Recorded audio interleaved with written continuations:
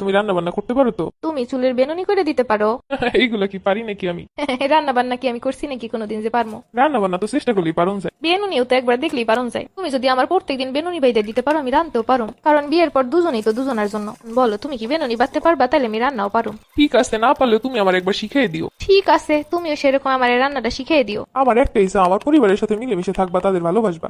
আমারও ইচ্ছা তুমি আমার ফ্যামিলির নিজের ফ্যামিলি মনে করবা। তুমি আমার ফ্যামিলির আপন মনে করলে আমিও তোমার ফ্যামিলির আপন মনে করতে পারো। হ্যাঁ, তোমার বাবা মার জন্য তো তোমার ভাই আছে। তাহলে তোমার ফ্যামিলির জন্য তো তুমি আসছো, আমারই লাগবো কি লেগা? তোমার ফ্যামিলি মানে আমার ফ্যামিলি, আমার ফ্যামিলিও তো তোমার ফ্যামিলি দইব। আচ্ছা ঠিক আছে, আমাকে দুইজনের ফ্যামিলি দুইজনের, ঠিক আছে। তুমি ভাবতে পারলে আমিও ভাবতে পারো। আমার খুব ইচ্ছা, আমি অফিস দিয়ে আসলে আমার বউ আমার হাত পা টিপা দিব। কি করবা না?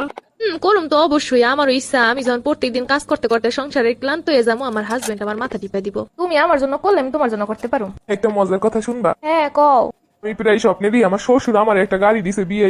স্বপ্নের ভিতরে আমি যে কি খুশি হই। তোমার এই কথা শুনে আমার মনে পড়ে গেল আমার কথা। আমিও প্রায় স্বপ্নে দেখি আমার শ্বশুর বাড়ি দিয়ে আমার